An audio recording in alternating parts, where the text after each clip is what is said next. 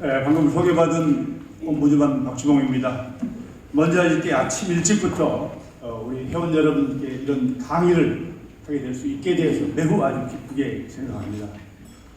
평소에 뵙지 못하는 분들 여기서 다 뵙게 돼서 아주 영광입니다. 특히 이런 기회를 주신 우리 원영희 회장님, 또 안승목 회장님께 감사의 말씀을 드립니다. 특히 교육 발전에 바쁘실 텐데 불구하고 함께해 주신 우리 조성원 교육감님, 그리고 우리 강국찬 회장님, 심재선 회장님, 모든 분들께 다시 한번 감사의 말씀을 드리겠습니다. 사실 저는 아심과 같이 거의 인천이 고향이다 이렇게 생각하고 있거든요. 제가 인천에서 기업을 창업한 지가 36년 됐습니다. 금년이 딱 오면서 쉬어보니까 36년째더라고요. 그래서 기업을 창업해서 제가 인천에서 36년 동안 기업을 했다. 그런 과정에서 여러 가지 열정과 도전과 혁신으로 제가 옴부즈만까지 될 수 있었다. 그 36년 동안의 여러 가지 일을 오늘 말씀드릴 수 있는 기회가 돼서 너무나 고맙고 감사하게 생각합니다.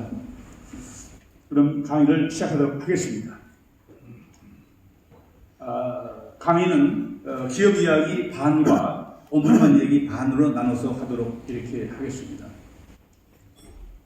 먼저 저희 회사는요,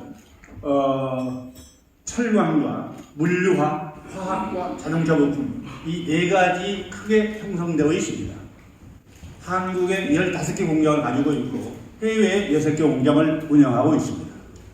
동영상을 보시겠습니다.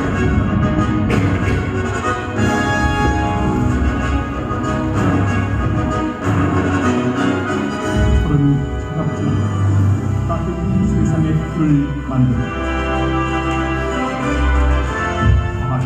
멀게 느껴지지만 우리 삶의 질을 높이는 철강과 화학을 기반으로 보이지 않는 곳에서 세상을 가치 있게 만드는 대중 대신 고난과 혁신의 정신으로 새로운 미래를 준비하고 있습니다.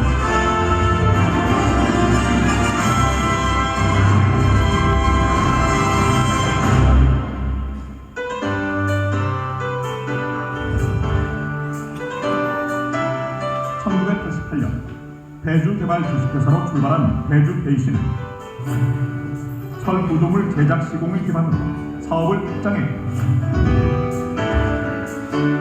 2001년에 공기업이었던 한국종합화학공업을 인수하여 베이시로 재출발한 고강도의 경영 혁신을 통해 수산화 알루미늄 전문 기업으로 우뚝 섰습니다.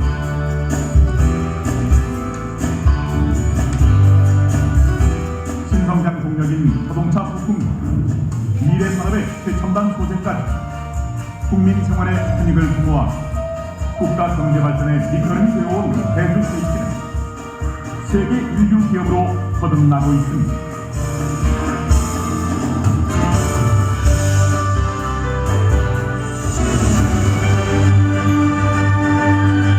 배주베이시는 당신 가까이에 있습니다. 당신이 행복해지고 세상을 보다 가치 있게 만들어갑니다. 기업의 이익만을 쫓지 않고 사회공헌과 공방성장을 추구하는 글로벌 리더기업 배주베이시, 인과 안전의 하나를 맡은 대한민국의 더 밝은 미래를 위해 끊임없이 도전해 나가겠습니다.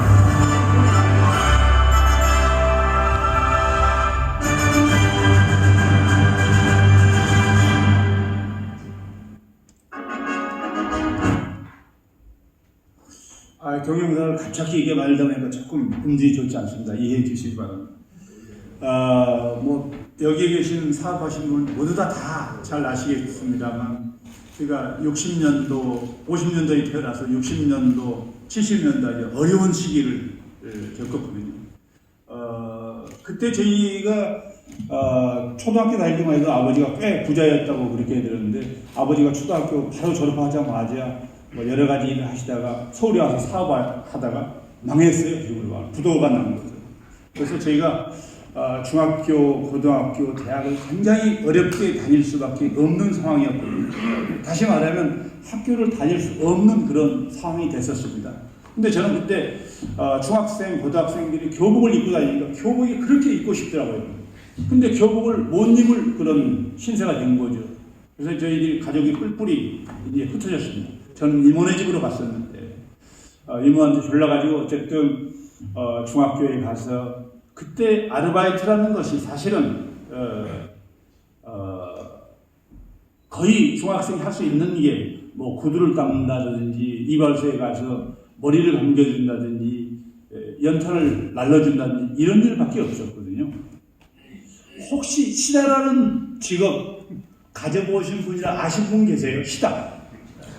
아래 사람. 네? 아래 사람. 알아요? 아래 사람. 시다바리. 제가 저 넥타이 4개 가져왔습니다. 정확히 알면 제가 하나 드리려고. 제가 똑같은 넥타이인데. 네. 몽교 공장에 목표를. 신고요하는 네. 거의 맞는 것 같습니다. 90%만 맞습니다. 예, 그러니까 저는 그 학교에 중학교 때 끝나고 나면 시다 생활을 했었습니다. 시다가 그때 당시 미싱사들이 전부 초등학교 나온 여자들이 대부분이었거든요. 근데 그 여자 미싱사 밑에서 쪽과이로 힐값 뜯어내고 단추 담고 대리미 해주고 이런 일을 하는 게 시다입니다. 맞아, 싫어. 그래서 그런 일을 하면서 저는 학교를 다녀야 되겠다고 하고 어쨌든 간에 그렇게 해서 어렵게 중고등학교를 졸업할 수 있었습니다. 그래서 그러니까 많이 이제 하루에 3끼 밥 먹는 게 그때 당시에는 굉장히 힘들었었습니다. 굉장히 굶는 애들이 반에서도 많이 있었거든요. 근데 고등학교 3학년 때 졸업할 때 하도 친구가 저한테 배고프게 살고 없이 살고 그렇게 보이니까 자기 집에 와서 한번 고기하고 쌀밥에 이걸 한번 먹여주겠다 오라고 그러더라고요. 그때 갔는데 세검정이었습니다. 고등학교 3학년 때니까 갔는데 아주 대궐 같은 집이었어요.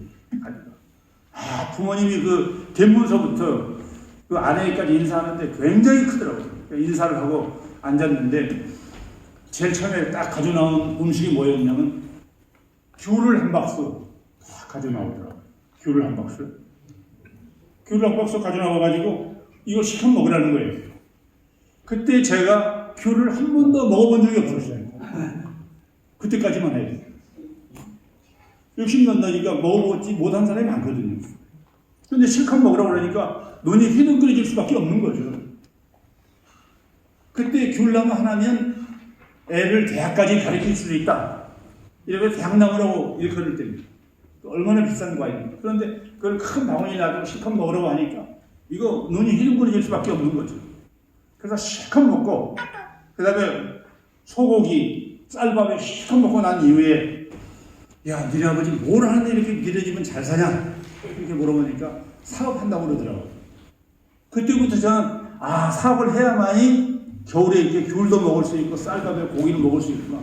이걸 제가 그때 아주 절실히 느꼈습니다. 그때도 저는 목표가 오직 주문을 내오고 다니면서 기회만 되면 사업해야 되겠다. 기회만 되면 사업해야 되겠다. 이런 생각을 계속 주문 내오고 다녔었습니다.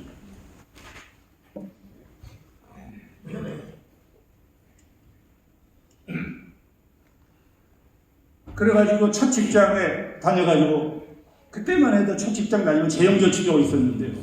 재형저축 약 10만 원씩 해서 약 15개월, 약 2년 가까이 다닌 돈으로 150만 원을 마련해서 단프차 한 대를 때 저런 단프차 한 대를 제가 사가지고 그때 차가 9008%인데요. 저 단프차 한 대를 사가지고 이제 사업을 시작했습니다. 지금부터 저게 37년 전 얘기가 되겠습니다. 근데 그때만 해도요, 70년대니까 인천을 통해서 모든 무연탄이 전부 수도권으로 배달이 됐거든요. 그러니까 인천에는 뭐 아시겠지만 주안의 제1연탄 공장, 그 다음에 신흥동의 강원연탄 공장, 그 다음에 영등포의 대성연탄, 이문동의 동원연탄, 망우리의 선포연탄, 수원의 수원연탄, 이 연탄 공장으로 그 석탄공사 수입한 무연탄을 날리기 위해서 하루에 수백 대씩 경수차가 옵니다. 이게 보리가 굉장히 좋았거든요.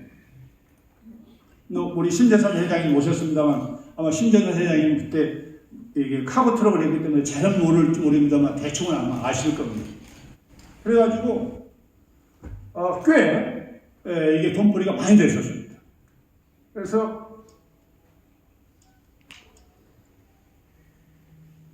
그때 이제 하역회사가 성광, 영진, 한양, 무련통은 동보석 이런 회사가 있었는데 그런 회사들한테 잘 보여야만이 일을 할 수 있었거든요. 굉장히 했습니다. 그때 우리 그 신재선 회장님은 아마 공성운수에서 아마 주역으로 있던 걸로 알고 있는데 그때 신재선 회장님 만나려면 굉장히 어려웠을 거예요. 굉장히 어려웠습니다. 그리고 이 석탄공사 일을 하려면 석탄공사 이 무연탄을 날려면 석탄공사 허락을 받지 않으면 맡을 수가 없었어요. 그러니까 석탄공사 직원은 정말 사또와 같은 그런 그 권력을 그때 당시에 가지고 있었다고 그럴까요? 입법, 사법, 행정을 다 가지고 있을 정도입니다. 그리고 하루는 어쩔 때는 석탄공사 직원들이 이제 네 분이 전부 서울이 집인데 쫙 오려면 석탄공사 집 미리 가서 기다려요. 출근해가지고 다방에 가서 커피 같은 거 사드리고 뭐랄까 이 해장국 사드리고 9시에 이제 그분들이 출근이 딱 도장이 찍히잖아요. 그러면 차가 쭉 100대씩 이렇게 서 있으면 그분이 딱 와서 사인을 해야만 차가 출발할 수 있고요. 이게 얼마나 권력이 그때 셉니다. 그리고 석탄공사 직원이 한번 저 차는 못 쓰겠네. 그러면 저 차는 당장 빼야 돼요. 굉장했었습니다. 석탄공사. 그리고 저는 그때 당시에 그 석탄공사의 권력이라든가 이런 걸 보면서 내가 장가가면 아들, 딸 낳으면 석탄공사에 꼭 집어넣어야 되겠다. 이런 생각까지 제가 했었습니다. 그 정도로 석탄공사 직원이 우러러 보이더라고요. 그리고 그때만 해도 사실 여기 신포동에 라이트클럽이 3개 있었습니다. 신포동 이 근처에만 라이트클럽이 3개. 스탠드바, 룸사롱 이거 할 거 없이 엄청났었습니다. 그때. 인천 경기가 그 정도 좋았었어요. 그럼 우리는 뭘 하냐 차주든 끝나면 가서 접대하는 거예요. 하역회사 직원 접대해야죠. 그 다음에 석탄공사 직원 접대해야죠. 또 그 배차하는 사람 접대해야죠. 1차, 2차, 3차 막 다니니까 신포동 일대, 주안이 일대가 안 될 수가 없죠. 그때 아주 호황기였었습니다. 그런 재밌는 생활도 말씀드리고요. 제가 이렇게 사업을 한참 하는데요. 제가 평소에 알고 지냈던 현대그룹, 그때 당시에는 정지용 회장님께서 현대그룹 회장이었는데 현대그룹에서 연락이 왔어요. 현대그룹 기획조정실에서요. 갔더니 저한테 이런 얘기를 하더라고요. 우리 제철소를 우리 정지용 회장님께서 갖는 게 꿈인데 제철소 1단계가 냉연 공장을 만드는 거다. 근데 그때 당시만 해도 사실 정지용 회장님은 뭐 부러울 게 없었던 현대그룹이지 않습니까? 근데 제일 부러운 게 뭐였냐면 포항제철을 이기지 못하는 거예요. 그래서 포항제철만한 제철소를 만드는 게 정지용 회장님의 꿈이었어요. 근데 그 꿈을 이루기 위해서 계속 노력해 왔었습니다. 정지용 회장님께서. 그래서 1차적으로 울산에다가 자동차 껍데기 냉연 공장을 지어야 되겠다. 이렇게 울산은 허가를 냈는데 허가를 집어넣는데 울산시장이 그때 당시에 이분입니다. 심한구 시장입니다. 근데 현대그룹이 집어넣은 그 냉연 공장을 허가를 안 해줍니다. 이 양반이. 여러 가지 사정으로 허가를 해주지 않습니다. 그러니까 대현대그룹에서 그때 당시 현대그룹이라면 정지용 회장, 부회장이 이명박 아주 정정한 사람들이 어마어마하게 포진해 있었거든요. 그럼에도 불구하고 이분이 허가를 안 내줬어요. 울산에서 안 되겠다. 현대그룹에서 난리가 난 거죠. 현대그룹에서. 그래서 6개월 만에 현대그룹에서 도저히 이거 안 되겠다. 시장을 갈아치운 다음에 우리 허가를 넣자. 이럴 정도였습니다.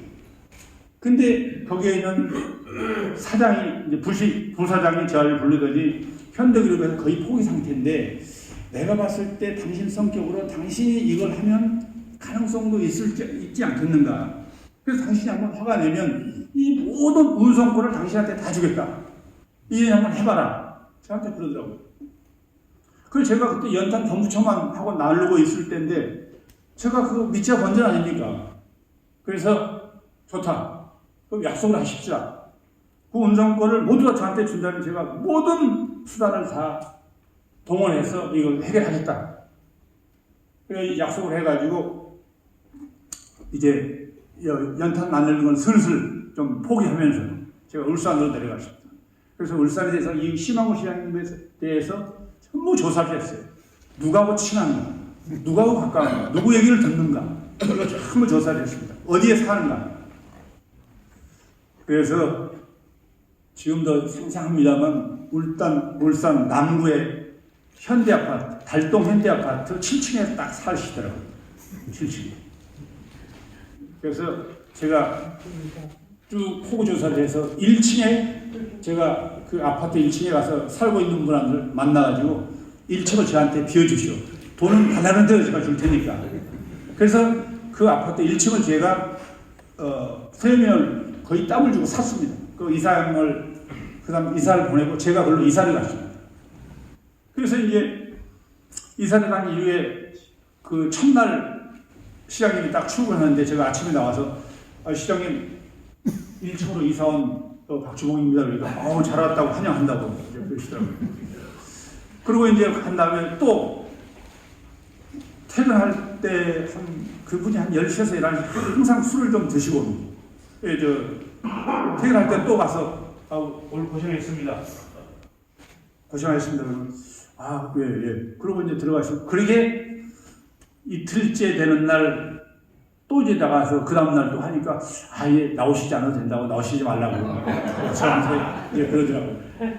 그래서 그날 저녁에 또 기다렸다 또 고생하셨습니다. 나오지 말라는 게 왜 자꾸 나오냐고 저한테 조금 신경질적으로 그러시더라고요. 그래서 저는 이제 목적이 있으니까 그럴 수밖에 없었죠. 그래서 그 3일째 되는 날 다시 또 아침 나와서 시장님 나오죠. 저 할 일 없으니까 1층이니까 7층에서 내려올 때 금방 알거든요. 신호해주면 그 경비한테 이제 해놓으면 시장님 지금 그리고 대기하고 있다. 1층에 나와 있는 거예요. 그 시장님 또 딱 나와요.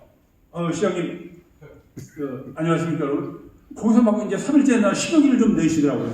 나오지 말라는데 왜 나왔냐고. 그래서 제가 시장님께 꼭 드릴 말씀이 있습니다. 여기서 하라고 그래서 여기서 드릴 말씀은 아니고요. 시장실에서 제가 오라고 하면 가서 그걸 말씀드리겠습니다. 그러니까 참 별사람 다 보겠네. 이러면서 그 옆에 이제 비서한테 약속해가지고 오라고 그랬어요. 그래가지고 아니나 다를까 집에 있는데 한 11시쯤인가 연락이 왔어요. 시장실로 오라고. 그때 갔습니다. 그 현대제철에서 딱 맞은 그 허가서를 딱 가지고 이것만 내주십시오. 그러니까 화를 내주십시오. 그러니까 시장이 이거 완전히 이 사람이 뿌노커도 아니고 현대그룹 사람도 아니고 이 젊은 사람이 와서 그걸 내주려니까 이건 말도 안 되는 얘기 아니겠습니까? 사실 이거 말도 안 되는 얘기 지금 생각 만화 같은 얘기죠. 막 시장님이 화를 내면서 당신이 말이지 무슨 부룩하냐 말이야. 응? 말이 안 된다. 저는 다 그런 그렇게 할 거다 생각을 하고 들어갔기 때문에 별 적이 없었습니다. 막아냈죠. 시장님. 이것만 시장님 해주면 시장님 평생 내가 은인으로 생각하고 잘 모시겠습니다. 그 돈도 내가 많이 벌 수 있습니다. 그러니 이것만 내주십시오. 당신 내가 정지훈 회장님이 정몽구 회장이 내달라고 하는데도 안 내주는데 당신한테 내가 이걸 내줘? 절대 안 돼! 이렇게 얘기하시죠. 그래서 비서실장은 물더니 빨리 끌어내란 말이에요. 그래서 끌려 나오다시피 하고 나왔어요. 나오면서 이제 아마 정몽구 회장한테 전화를 하신 거예요. 난리를 친 거예요. 무슨 저런 일을 그따위로 하냐고 그래가지고. 난리가 났어요. 1시간 후에 오니까 난리가 났어요. 그 사장한테도. 일을 더 그렇게 복잡하게 만드냐. 그래서 제가 조금만 기다려 보십시오. 저한테 위임했지 않습니까? 어차피 현대그룹에서 못하고 다 포기한 건데 왜 그렇습니까? 그래서 결국 제가 이거를 한 2, 3일 이후에 사모님한테 갔어요. 그 사모님은 아주 센 사람입니다. 홍인길 수석의 동생이었는데, 그때 홍인길 수석이 YS 정부 때 총무수석이었는데, 홍인길 수석이 그분의 두 번째 부인이었거든요. 굉장히 셉니다. 그 사모님한테 가서 쫙 제가 얘기했어요. 1층에 이사 온 홍일동입니다. 쫙 얘기를 하니까, 젊은 사람이 열심히 하는 것 같거든요. 그럼 그 다음날 내가 저기 시장님 얘기할 때 그 다음 그걸 오라고. 그 다음날 인터폰이 와서 올라갔죠. 저를 보자마자 시장이 막 소리를 질러. 저 사람을 왜 불렀냐고 우리 집에. 그리고 막 질리다가 시장이 그렇게 질리는데 사모님이 당신이 좀 가만히 있어보세요. 그러니까 시장이 깜짝 놀라고 가만히 하더라고요. 그러면서 사모님이 저렇게 젊은 사람이 하려고 그러는데 시장님 좀 도와주셔야지. 예? 그걸 안 도와줍니까? 이러더라고요. 그래서 이제 현대그룹에서 안 되는 건데 저 사람한테 저걸 해주면 무슨 망신이야 시장으로서. 이렇게 막 둘이 논란이 돼가지고 일단 사모님이 내려가 있으라고 그러더라고요. 내가 시장님하고 얘기하겠다고. 그 이후에 어쨌든 여러 가지 이런 거쳤는데 다 얘기해드리긴 뭐하고 결과적으로는 한 달 만에 저를 돌아오라 그러더니 딱 표현해드려요. 당신한테 손 들었다. 화가 내주겠다. 이래서 이런 화가죠. 이런 화가인데 그때 당시에 이 신문에 난 내용입니다. 이런 현대그룹이 못한 이거를 제가 3개월 만에 허가를 취득했어요. 이래서 현대그룹의 모든 운송권을 제가 가져오게 됩니다. 제가. 그래서 굉장히 제가 현대그룹에서 이제 이름을 날릴 수 있었고 굉장한 사람이다. 이런 게 저한테 올 수 있었던 겁니다. 그게 저는 기업을 했었기 때문에 또 인천에서 이런저런 사업을 했었기 때문에 그런 열정이 있었지 않았나. 저는 이렇게 생각을 합니다. 지금도. 그래서 인천에서 한 걸 영광으로 생각합니다. 이런 시장입니다. 이런 공장이 첫 번째 되고. 근데 제가 두 번째 업그레이드 할 수 있었던 것은요. 돈은 이제 그때 현대 거를 전부 다 제가 가져왔으니까, 운송권을 가져왔으니까 엄청난 거죠. 그때만 해도 제가 차가 막 몇백 대였습니다. 현대제철 중장비만 해도 200대 이렇게 됐었는데, 다른 데 것까지 하니까 수백 대 있었습니다. 수백 대. 그래서 돈을 이제 꽤 벌었었는데, 그래서 인천 현대제철 것도 모든 장비, 모든 걸 정유회장이 다 박주공한테 줘라. 이렇게 지시가 되거든요. 저는 어떤 사람이 볼 때는 정유회장 수용 아들 비슷한 일이 된 거죠. 사실 그것 때문에 그렇게 된 건데. 두 번째는 제가 업그레이드 할 수 있었던 것이 국민의 정부 때 공기업 민영화 정책을 썼습니다. 한국종합화학은 우리가 가져가고 한국중공업은 두산그룹이 가져갔는데 문제가 여기서 생깁니다. 한국종합화학이 그때 당시에 뭐 배구부도 여자 배구도 있고 충주비료 나주비료를 생각하시면 됩니다. 나주비료 공장, 충주비료 공장.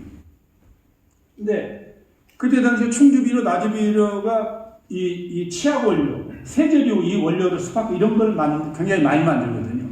근데 이거를 애경이 가지고 가는 거나 LG가 가지고 가는 거야. 그럼 애경이 가져가면 LG가 피해를 보고 LG가 가져가면 애경이 피해를 보게 돼 있어요. 시장이 아주 50대 50 탁탁합니다. 근데 그때 당시 애경의 장영신 회장이 민주당 공동대표를 하고 있었을 때입니다. 그러니까 LG가 아무리 세도 애경을 잘 못한 겁니다. 그래서 청와대에서 그때 당시에 이거 도저히 이렇게 싸워서 안 되겠다. 제 3자한테 인수시키는 게 낫겠다. 그래가지고 저희가 그때 국회 입찰을 했는데 3위를 했어요. LG하고 애경 다음에 저희가 했어요. LG 애경이 포기하니까 자동적으로 저희가 3위 저희한테 올 수밖에 없었어요. 근데 저희한테 바로 오자마자 이제 사단이 벌어진 거예요. 무슨 사단이냐? 한국중공업은 두산이 가져갔으니까 대기업이 가져갔는데 한국종합화학은 더 큰 회사를 대주중공업이라는 회사 아예 안 된다.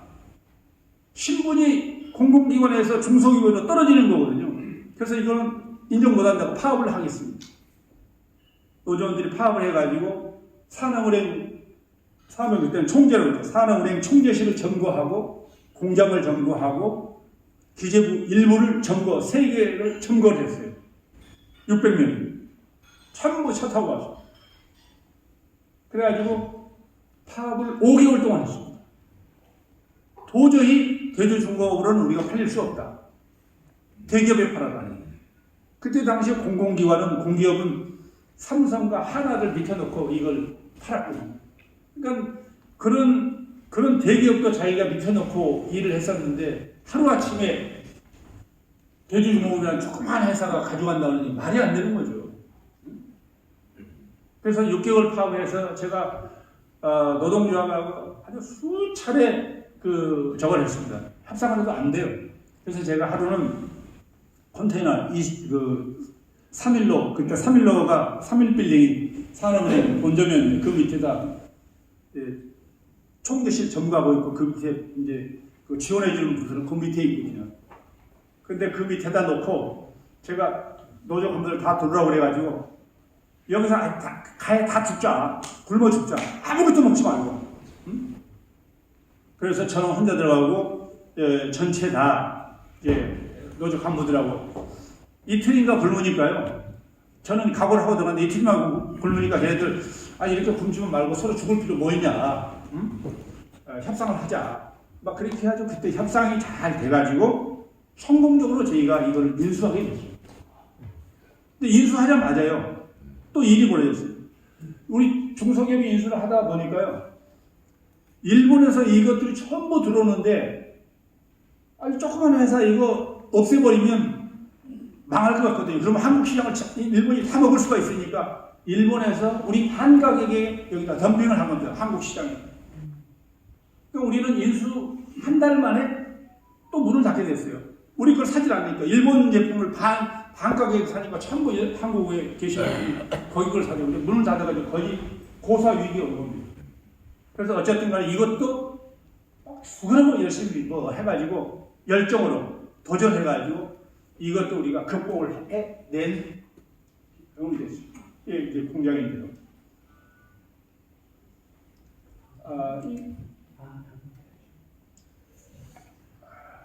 아까 공장을 보여드렸는데 넘어가 버렸어요. 그 10만 평 무지 옛날에 이제 중고등학생들이 많이 뭐랄까 좀 수학여행도 오면 견학 코스로 오고 그랬었어요. 우리 한 가지는 철구 사업부인데요. 당진에 있습니다. 우리가 인천에 있다가 인천 현대제철 앞에 있다가 당진으로 이전해서 여기 이게 한 10만 평 되는데요. 여기서는 뭘 제작하면 철구조물을 제작합니다. 철구조물을 제작해서 여의도 혹시 아시겠지만 여의도 IFC 몰, 그 다음에 파크원이라고 지금 돼 있죠. 파크원. 그 높은 건물들은 저희 공장에서 전부 다 뼈대를 해가지고 저렇게 설치까지 해줬다.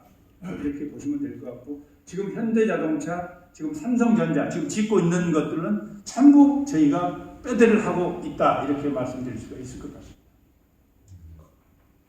이 공주공장에서는 뭘 하냐면, 현대기아차 머플러, 파이프, 머플러, 연기통을 저희가 100% 다 합니다.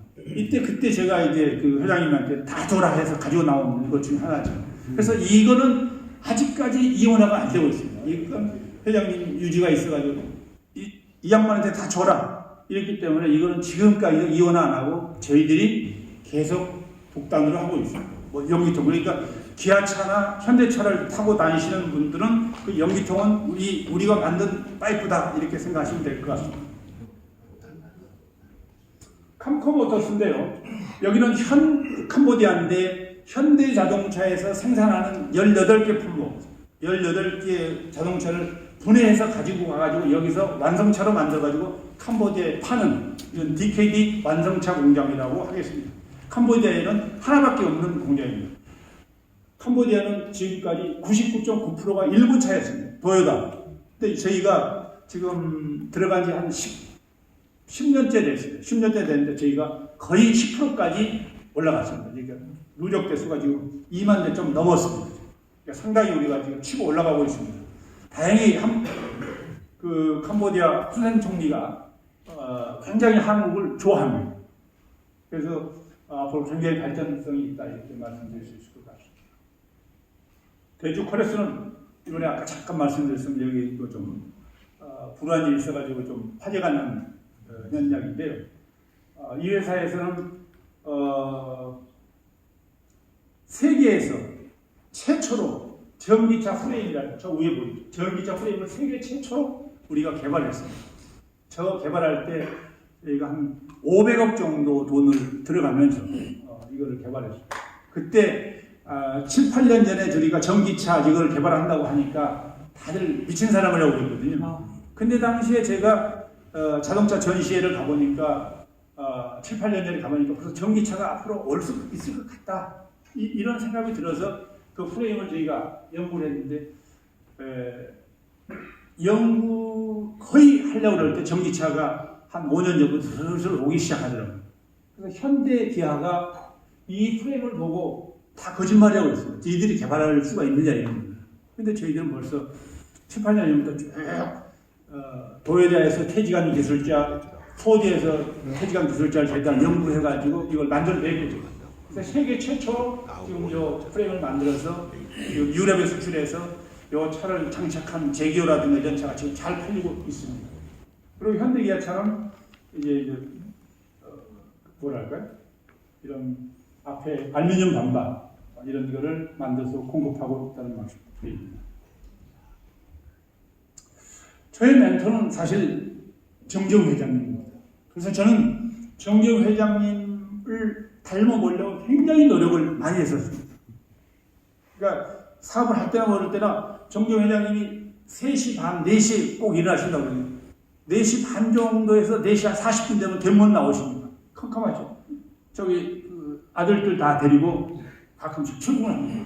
그 대문 앞에 서 있다 저도 저 뒤에 따라다녔거든요.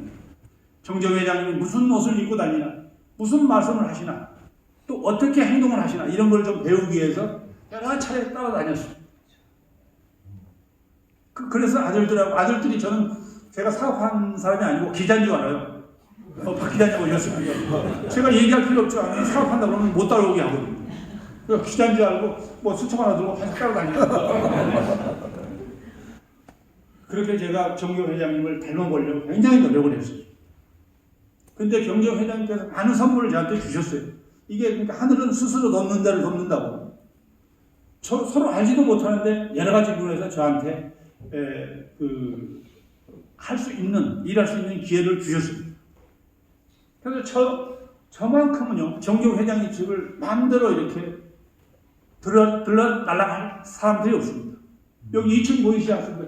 저 1층까지는 다 가는데, 저 2층은요, 아들들도 절대 못 올라갑니다.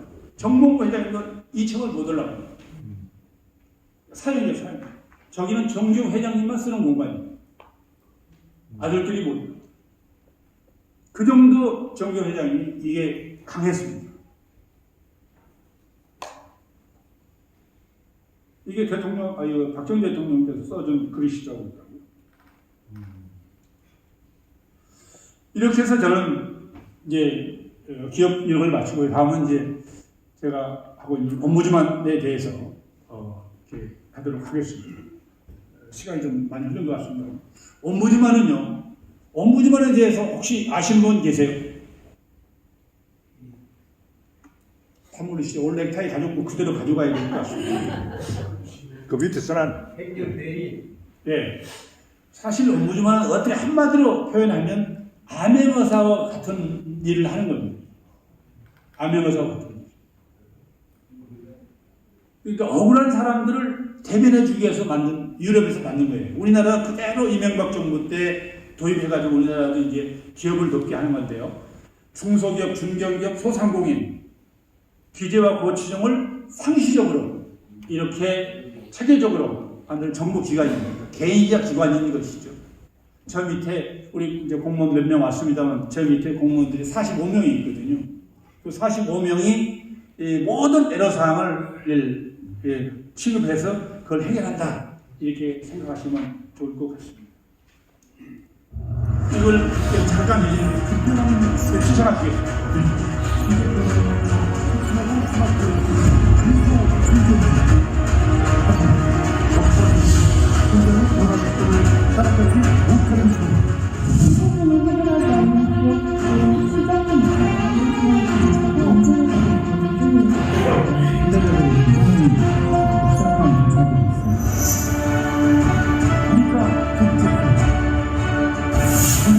정부의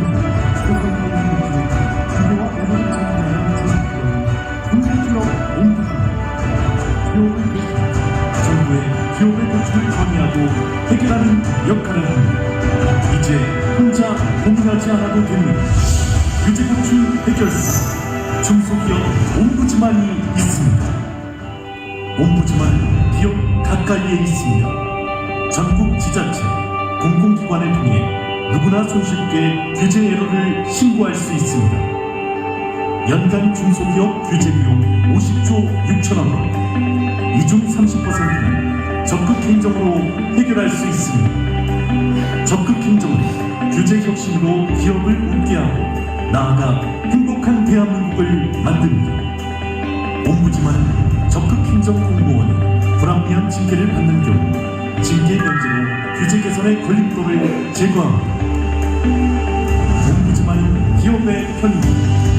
신고된 규제로는 옴부즈만과 관계부처 공무원, 전문가들이 기업의 입장에서 문제를 분석하고 해결 방안을 마련합니다. 이렇게 마련된 대안은 관계부처, 지자체와의 협법적인 공조와 공동협력, 치열한 과정 끝에 개선이 이루어지게 됩니다. 중소기업 옴부즈만은 공무원의 적극 행정으로 이렇게 바뀌었습니다.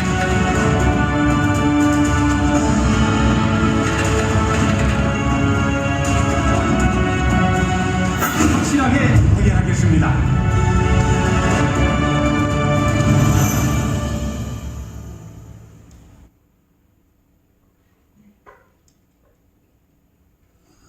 네, 우리나라의 전체 기업 수가 730만 개라고 합니다.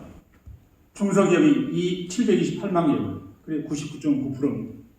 이 애로사항을 처리하려다 보니까 얼마나 많은 애로사항이 오겠습니까? 어쨌든 그걸 위해서 들어가는 비용이 195조입니다. 195조. 연간 날려버리는 돈, 규제로.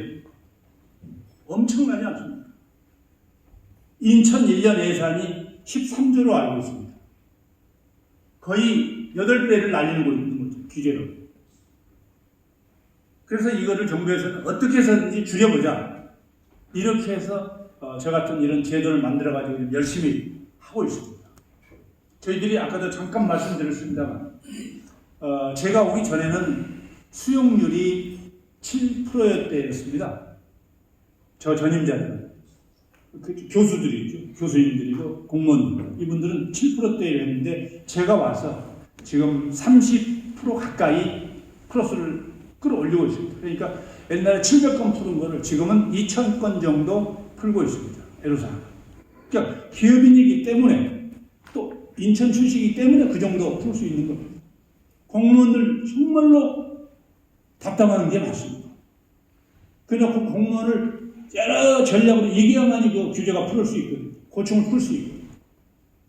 근데 저희가 어쨌든 간에 연간 2000건 이상 푼다는 거 굉장히 무지하게 푸는 겁니다. 또 다니고. 근데 그런 간담회 어떻게 푸느냐? 시도지사, 17개 시도지사 간담회를 맨 처음 합니다.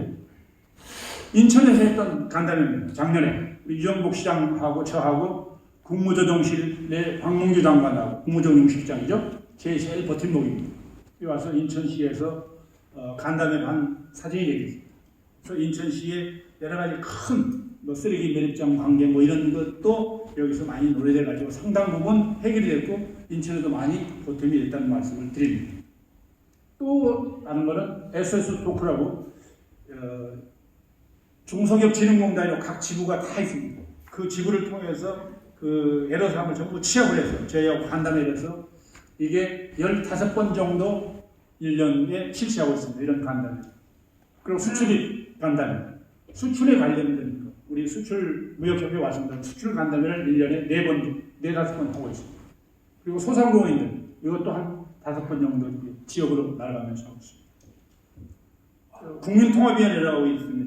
여기서 출범식을 했습니다만 국민통합위원회가 금년 정도 되어서 대통령께서 굉장히 힘을 실어줘가지고 저희하고 MOU에서 여기도 기업에서 나온 여러 가지 애로사항을 우리한테 토스하면 우리가 그걸 풀어주고 해결해주고 하는 역할을 하고 있다는 말씀을 드립니다. 그렇게 나온 거를 지금 어떻게 하느냐? 국무회의에 대통령이나 총리가 주재하는 국무회의에 보고를 합니다. 저희가. 그래서 어느 부서는 이거 협조해주고 어느 부서는 협조를 안 해줍니다. 그러면 거기 박살나는 거예요. 여기서. 그래서 지금 총리님께 제가 세 번째 앉아있죠. 세 번째 앉아서 제가 보고를 총리님께 드리는 겁니다. 그 여기서 뭐 환경부의 어느 이게 잘 안 돼서 협조를 안 해준다 그러면 작살 나는 겁니다. 그 아나운서 역할을 하는 거죠. 국무회의에 저희가 보고를 하고요. 이건 현안조정회의라고 해가지고 이건 총리가 주재하는 회의입니다. 총리가 주재하는 회의에 매번 들어가서 제가 저쪽에 앉아있죠. 총리한테 보고를 드리는 겁니다. 여기서 잘 협조 안 해주고 정말 풀어줄 수 있는데도 안 풀어주는 거는 이제 고자질하는 거죠. 이르는 거죠. 어느 부처, 어느 국에서 이거 조리 안 돼, 총리님께서 지시를 강력하게 해주시죠. 이래가지고 푸는 게 아까 1,500개라고 된다는 게 되겠습니다. 경제장관회의는 이제 여기 추경호 부총리가 주재를 합니다. 이 세 개, 대통령이 주재하는 국무회의, 총리가 주재하는 현안조정회의, 부총리가 주재하는 경제장관회의에 제가 들어가서 여러 가지 사안들을 보고하고 이게 됩니다. 그럼 그것들이 과연 어떤 일이냐? 몇 개의 중요한 것만 제가 사례를 말씀드리도록 하겠습니다. 연어요. 연어가 세계 시장이 어느 정도 되는지 아십니까? 여기 뭐 벌써 답이 나왔습니다만 그때 당시에 연어가 세계 시장에 먹는 게 60조입니다. 60조. 한국이 먹는 게 7천억을 먹어요. 5천억을 수입을 합니다. 연간. 수입 관세청이 봅니다. 5천억어치를 수입을 해요. 근데 우리 R&D 자금을 포함해서 강원도 수협과 협정을 해서 연어 양식에 세계 최초로 성공을 했어요. 근데요, 성공을 했으면 뭐합니까? 해수부에서 허가를 안 해줘요. 해수부에서. 단 이유는 뭐냐? 미국에 있는 그 LA에 있는 무슨 뭐 조그마한 칼리지 대학에서 교수가 인도양 연어는 포악해가지고 남 고기를 많이 잡아먹기 때문에 이거는 양식하면 안 된다. 막 이런 논문을 하나 쓴 걸 가지고 거기 인용해가지고 계속 안 된다는 거예요. 몇 년째 안 돼가지고 제가 이거 총리님께 대통령님께 보고를 드렸어요. 이거는 말이 안 돼요. 그렇게 해가지고 좀 노력해서 이거를 이렇게 풀어냈어요. 규제를 풀었어요. 이걸 규제를 풀어가지고 지금 동원이라는 데가 2천억을 투자해서 그 양식장을 지금 만들고 있습니다. 우선 육상에서만 하고 있는 걸 하고 있는데요. 해상에서까지 하면 어마어마한 수익이 온다고 합니다. 중국이 먹는 게 12조와처럼 먹는답니다. 그럼 노르웨이에서 오는 거하고 여기서 키워가지고 가는 거하고는 어마어마한 물류 차이가 되기 때문에 우리가 굉장히 경쟁력이 있거든요. 그러면 우리 걸 다 팔 수 있습니다. 그리고 우리 5천억 들어오는 거 수입 안 해도 됩니다. 수입 대체 효과가 엄청나게 있는 것이죠. 그래서 앞으로 지금 공사가 70% 정도 됐다고 합니다. 그래서 이것만 되면 연어는 굉장히 싸게 우리가 먹을 수 있다. 이렇게 생각합니다. 인천인데요. 인천에 혹시 삼양춘이라는 그 지역 특산주 아십니까? 잘 모르실 것 같아요. 인천에 삼양춘이라는 특산주가 있습니다. 그런데 지역 특산주가 1년에 한 번씩 대회를 하는데 거기서 우승을 하면 대통령이 행사를 할 때 11,000주로 채택하게 되어 있어요. 규정이 그렇게 되어 있습니다. 그런데 인천에서 생산한 삼양춘이 트럼프 대통령 방한했을 때 11,000주로 채택된 이 특산주인데 여러 가지 거기까지 잘 나왔는데 그 이후에 판매가 안 돼가지고 거의 회사가 문 닫게 됐어요. 그걸 제가 알고 이거를 어떻게 해서든지 살려야 되겠다. 그 시장님한테 얘기해서 시에서도 팔아주고 그다음에 제가 관세청에 얘기해서 관세청 공항에 좀 내다 팔아가지고 지금은 아주 잘 되고 있습니다. 그래서 우리가 지원해가지고 잘 되고 인천 거를 잘 되고 있다는 말씀 드립니다.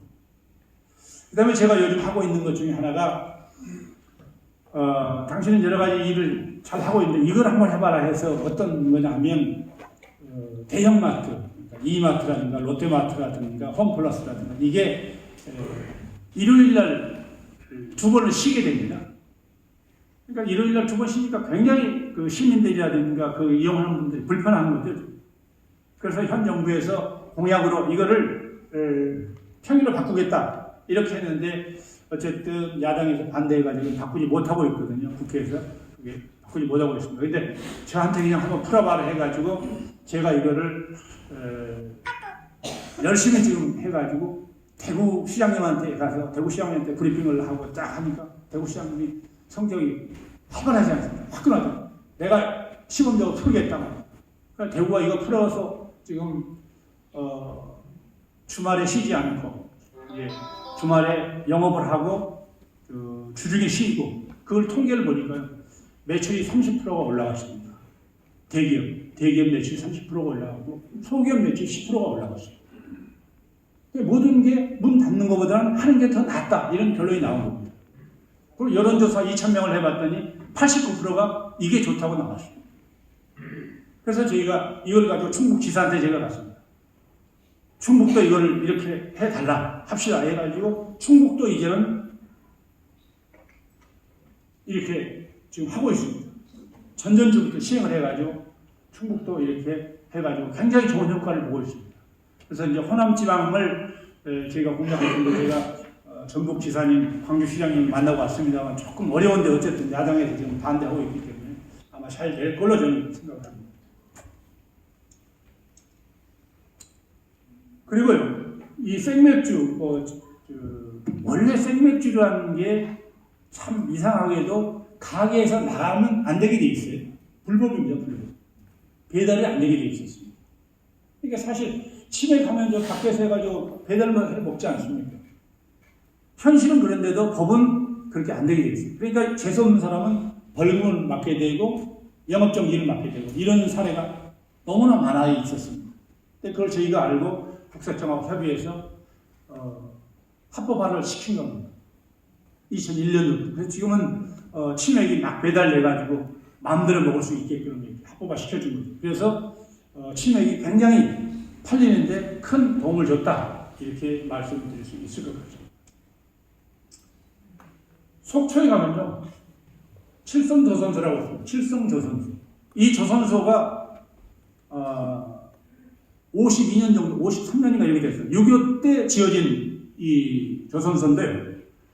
이게 도시계획에 의해서 반쪽으로, 가운데로 도로가 도시계획이 나게 돼 있었어요.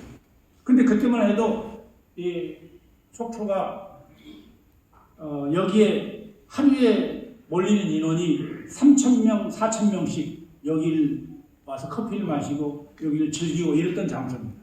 주말에는 8,000명까지 온다고 합니다. 어마어마한 관광 명소로 발전하는 것이죠. 근데 그거를 속초에서 공무원들이 잘못해가지고 없애버린 제가 얼마나 잘못된 발상입니까? 제가 가서 그래서 속초시장님을 뵙고 여러 차례 제가 여러 가지를 말씀드려가지고 속초시장님도 거기서 손들었어요. 손들어가지고 도시계획을 바꿨습니다. 칠성조선소를 우회해가지고 지금은 아주 주말에 10,000명씩 오는 아주 관광명소로 발전했다. 이렇게 말씀드릴 수 있을 것 같습니다. 여기 인터넷에 한번 쳐보십시오. 굉장합니다. 경치가 굉장히 좋아요. 이게 3세들이 하는 겁니다. 3세들이 미국에 유학을 갔는데 미국에서 그런 거를 봐가지고 와서 여기다 그대로 벤치마킹해서 옛날 건물에다 그대로 한 거예요. 대단히 성공합니다. 아직 8,000명, 10,000명이라고 그러면 상상이 안 되지 않습니까? 거기서 빵하고 여기 와서 차를 마시는 어마어마합니다. 한번 가보십시오. 제 얘기하면 아마 할인 한 30% 해주세요. 뭐 이건 그냥 넘어가겠습니다. 이거 중요한 거예요. 중대재해처벌법. 굉장히 우리 기업인들한테 정말 치명적인 게 되는 거죠. 근데 중대재해처벌법 마지막 회의를 했습니다. 총리 모시고. 근데 제가 이 중대재해처벌법 안 됩니다. 이거 지금 하면 안 됩니다. 모든 협단체가 반대하고 있고 모든 기업인들이 다 반대하는데 이걸 지금 여기서 통과시키면 안 됩니다. 제가 반대를 했습니다. 근데요, 여기 있는 우리 회장님들도 잘 아시겠지만 쭉 장관들 25분이 앉아 계시고 총리가 앉아 계신데 다들 찬성하는데 나 혼자 이거 반대입니다. 이거 잘 안 됩니다. 정말 어렵습니다. 완전 도련미예요. 저녁 때문에 뭐 분위기 다 버린다고 말이에요. 이렇게 제가 지역을 받을 때가 한두 번이 아니었습니다. 최저임금 할 때도 그랬죠. 주 50시간 근무할 때도 그랬죠. 제가 반대했습니다. 근데 다 찬성하는데 나만 반대하니까 어떤 분은 저 사람을 회의실에서 빼라고 말해요. 저 사람에서 분위기 다 버린다고. 제가 이런 얘기까지 들은 적이 있습니다. 그런데 제가 법에요. 기업인들의 목소리를 전달하게 돼 있어요. 정부에. 뺄 수도 없죠. 빼면 자기네들이 권리 위반이 되는 건데. 그러니까 가서 저는 신설이 그렇게 막 하는 겁니다. 그래서 중대재해처분 할 때도 제가 총리가 앉아 계시고 내 옆에 이제 산업부 장관이 앉아 계시는데 중기부 장관 저쪽에 있고 산업부 장관 입장은 어때요? 산업부 장관 공무원 출신이거든요. 딴데 발로 이렇게 하면서 나는 말 못하니까 계속 좀 얘기하시라고 메모로 저한테 이런 에피소드도 있습니다. 그 제 옆에 바로 경찰청장이에요. 제 옆에 항상 경찰청장 아니면 구세청장이 앉는데 같은 차관급이기 때문에 경찰청장은 어때요? 그러니까 경찰청장은 항상 저한테 도움을 받는 입장이니까 다른 얘기는 못하고 우리는 수사가 들어오면 수사 열심히 하겠습니다. 뭐 이렇게만 말씀하시더라고요. 근데 제가 반대해가지고 그러면 조건부 통과를 시키자. 기업인들의 의견을 반영해서 다음 정부에서 TF팀에서 이 기업인들의 의견을 들어주도록 만들어서 조건부 통과를 시켰습니다. 제가 결과적으로. 그때 박범계 법무부 장관, 고용노동부 무슨 장관이 저한테 엄청 뭐라고 그랬었어요. 지금 와서 다 됐는데 여기 와서 끝에 와서 당신이 반대하면 이거 어떡하냐고. 저하고 굉장히 의견 충돌이 있었는데 불구하고 저는 기업인들이 그때만큼은 이거 양보하면 안 된다고 해서 끝까지 제가 물고 늘어져가지고 결국 보완해서 고쳐주게 해서 지금 TF가 만들어져가지고 지금 금년 안에 상당 부분 손봐질 겁니다. 다만 여야가 합의해서 이거 만든 법이거든요. 그래서 야당이 좀 협조를 해줘야 되는데 야당이 강력하게 지금 반대를 하고 있는 입장에 있습니다. 그러나 하여튼 정부에서는 어떻게 해서든지 개선하려고 지금 TF를 만들어가지고 굉장히 완화하는 쪽으로 가고 있다는 말씀을 드립니다. 외국인 불법 취업자. 우리나라 외국인 취업자가 한 120만 명 정도 됩니다. 그 중에 40만 명이 불법 취업입니다. 상당 부분 많이 있는 거죠. 이것도 저 법무부하고 계속 충돌합니다. 회의 때. 저는 단속하지 마라. 이 40만 명을 단속하면 지적받은 자녀는 다시는 외국인은 받을 수 없거든요. 벌금도 내야 돼요. 그래서 단속하지 마라. 장관은 법무부 장관은 참 문제 있는 사람들이 많아요. 그 원칙만 알고 조금 더 운영의 묘를 살리지 못하고 기업인들의 그 마음을 모릅니다. 법만 가지고 들이대려고 해요. 그래서 저는 법무부 장관하고 참 많이 부딪혔는데 하도 안 돼서 이제 차관들하고 얘기를 합니다. 차관들하고는 어느 정도 좀 얘기가 좀 되거든요. 그래서 지금 우리 코로나 시기 와서는 제가 강력하게 얘기해서 외국인 불법도 지금 단속을 안 하고 있습니다. 다만 신고를 하면 또 그 사람들도 직무유기가 될 때 단속을 합니다만 현재는 단속을 안 하고 있습니다. 그리고 지금 외국인 근로자는 금년에 11만 명이 들어옵니다. 저희가 파악해보니까 협단체에서 받아보니까 아마 9만 5천 명이면 해결이 되더라고요. 그때 거기에다가 지금 15,000명을 더 플러스 시켰습니다. 그래서 7월달까지 11만 명이 들어오면 외국인 근로자는 완전히 저희는 해소될 걸로 이렇게 생각을 합니다. 그래서 외국인 근로자에 대해서 혹시 문제점이라 뭐 있으면 저희한테 연락해 주시면 언제든지 해결할 수 있도록 최선의 노력을 다하겠다는 말씀을 드립니다. 중대재해처분. 제가 여러 가지 이제 대통령께 이런 보고를 하지 않습니까? 대통령이 이런 보고를 하는데 한 번에 대통령께 쭉 보고를 하니까 대통령께서 딱 일어서시더니 박수를 치시더라고요. 야, 이렇게까지 일을 잘 하고 있느냐. 청 국무위원들 다 일어서라고 박수를 친 적이 있었습니다. 이게 거의 뭐 5년 만에 최초로 갑니다. 전 국무회의 일어서서 기립박수 받는 게. 그래서 기업인들에서 열심히 제가 하고 있다는 말씀 드리는 겁니다. 그리고 에피소드 하나가 또 있는데요. 시간이 어떻게 돼요? 시간이 다 된 것 같습니다. 일단 이거 하나만 묻고 넘어가도록 하겠습니다. 인도네시아 우리나라하고 2021년도에 FTA를 서로 승인하게 돼 있었습니다. 승인하게 돼 있었는데 인도네시아에서 부총리하고 장관 4명이서 그 사인하기 위해서 날라옵니다. 근데 한 분이 거기서 무역부 장관인가 상무부 장관이 인도네시아 기준으로는 코로나가 그 대상이 아니고 우리나라 기준으로 보니까 코로나에 걸린 거예요. 그 대상이 왔다 갔다 했던 거예요. 그래서 격리를 시켰어요. 장관을. 격리를 시키는 과정에서 아마 우리 질병청에서 일반인들하고 똑같이 아마 취급을 한 모양입니다. 그래서 난리가 났어요. 다른 데는 그때 이제 프랑스도 같이 장관들이잖아요. 프랑스는 잘 대우를 해주고 인도네시아는 좀 대우를 안 해주는 거예요. 그래서 인도네시아 부총리가 난리가 난 거예요. 자식 프랑스는 잘 대우해주고 우리는 이따위로 짐 취급한다고. 그래서 자기네 인도네시아 외교부 장관한테 항의를 해서 바로 우리 외교부 장관한테 항의를 해라. 이 한국하고는 친구 FTA 사인 못하겠다. 화나가지고 어쨌든 간에 그 다음날 전용기로 돌아가 버렸어요. 사인을 안 하고. 난리가 난 거죠. 이제. FTA 사인을 해야 되는데. 그거를 이제 정부에서 알고 총리가 사죄 전화를 했습니다만 인도네시아 정부에서 우리 총리 전화를 거부했습니다. 받지 않대. 그때 알고 보니까 바로 그 다음날 조코이 대통령한테 가서 부총리가 한국은 정말 친구로 여길 나라가 아닙니다. 이렇게 보고를 했다고 해요. 우리를 완전히 애들 취급합니다.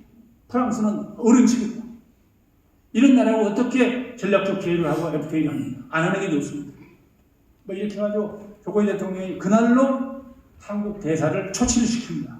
그럼 초치가 뭐냐면 모든 정부기관은 출입 금지. 대사가 우리나라 대표에 나가는데 거기 출입 금지 당하면 뭡니까? 아무것도 안 돼. 그게 엄청난 큰 데미지를 먹는 거거든요. 그때 당시에 현대자동차, 포스코, 롯데가 막 투자해가지고 막 착공식을 하려고 하는 그런 시기였거든요. 근데 저한테 연락이 와가지고 어쨌든 당신이 오면 이걸 풀 수 있는 방법이 있겠다. 이렇게 저한테 사인이 와서 제가 총리께 보고를 드렸습니다. 제가 가면 이걸 풀 수 있을 것 같습니다. 근데 당신이 가서 만약에 못 풀고 오면 큰일 난다. 막 그렇게 해가지고 잘하고 딱 하는데 외교부에서 나 가는 걸 반대를 하더라고요. 장관급 이상이 가야 되는데 차관급이 가서는 이게 큰 문제가 생길 수 있다. 지금 문제가 생겼는데 그리고 이거는 안 된다. 근데 어쨌든 간에 잘 해결해가지고 제가 가서 이 특사라는 게요. 굉장히 한 번은씩은 가볼만 하더라고요. 특사 가서 먼저 저가 알고 있는 분이 저쪽 왼쪽에 계신 분인데 경찰청장을 하다가 지금 내무장관을 하고 계십니다. 저분한테 가서 제가 쭉 설명을 했습니다. 우리나라가 사실 잘못한 부분이 있다. 왔을 때 여러 가지 이런 게 그러나 우리 수뇌부 지도부는 안 그렇다. 그래서 이걸 FTA를 빨리 하게 하는 게 좋겠다. 쭉 설명을 하니까 그 양반이 저 양반하고 다 인도네시아 왕가 집안이더라고요. 자기 아버지들끼리 다 친구고 뭐 동창이고 같은 가족이고. 그래서 이 양반하고 이 부총리인데 이 양반하고 다 아버지가 같이 부총리급 이상을 해본 분들이 그 가족들. 그러니까 너무 친하죠. 옛날부터 어렸을 때 같이. 근데 이제 내무장관이 알았다고 내가 내일 만나서 최대한 한번 사정을 해보겠다. 어쨌든 그래서 잘 이게 마무리가 돼서 제가 특사로 가서 이 친서를 전달하는 이런 장면이 되겠습니다. 옆에는 우리 한국 대사님. 그래서 그 큰 문제를 제가 잘 풀어서 인도네시아하고 그 다음 3단계, 4단계가 잘 투자되고 잘 성공적으로 되고 있다는 말씀을 제가 드리겠습니다.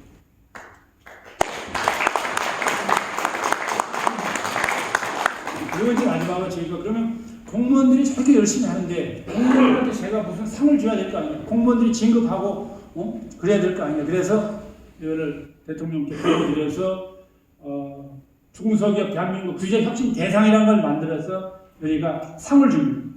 규제를 깼다 망치상을 줍니다. 이 상을 타면은 진급할 때 우선적으로 진급이 됩니다.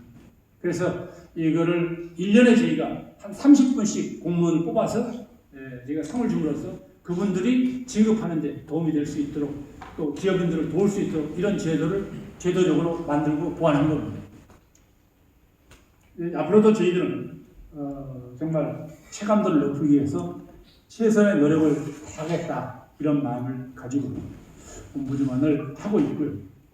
또 저는 지금까지 사실 도전과 혁신과 열정으로 36년을 사실 일해왔거든요. 그래도 이런 자리가 저는 마련됐다고 봅니다. 요즘 정말 기업하시는 분들이 힘듭니다. 얼마나 힘듭니까? 정말 힘듭니다. 우리가 상상하지 못했던 코로나가 닥쳤고 무슨 전쟁입니까? 지금 이 시기에 러시아하고 우크라이나 전쟁이 우리는 수출을 해먹고 사는 나라인데 정말 힘들게 됐습니다. 그것들 때문에. 그런데다가 지금 자기네들 큰 나라 미국과 중국은 패권 전쟁을 하고 있습니다. 서로 자기가 낳겠다고 우수하겠다고 너무나 우리는 힘든 거예요. 그러니까 국내는 또 뭐 노사관계, 환경, 판로, 환율, 최저임금, 근로시간 문제 여러 가지 하나라도 쉬운 게 하나도 없습니다. 기업 하시는 분들. 그런 것들을 저는 계속적으로 정부에 건의해서 기업인 편에서 일할 수 있도록 최선의 노력을 다하고 있고 정부도 굉장히 그런 거에서 신경을 쓰고 있습니다. 정책을 위반하고 분위기를 조성하고 있는데 그게 제가 정부에 들어와서 보니까 정부가 하는 거 한계가 있어요. 한계가 있어요. 결과적으로는 우리 기업인, 우리 CEO가 해결하고 CEO가 책임지고 CEO가 문제를 풀어야 될 문제들입니다. 저는 그래서 오늘 이 강의를 이렇게 한 거는 조금이라도 우리 기업인들에게 열정과 도전과 혁신이 마음속으로 와서 경영하는데 보탬이 돼서 회사를 키우고 가는데 인류 회사를 만들어내는데 또 일자리를 창출하는데 조금이라도 보탬이 되는 길 기대하고 희망하면서 제 강의를 마치도록 하겠습니다. 네, 감사합니다.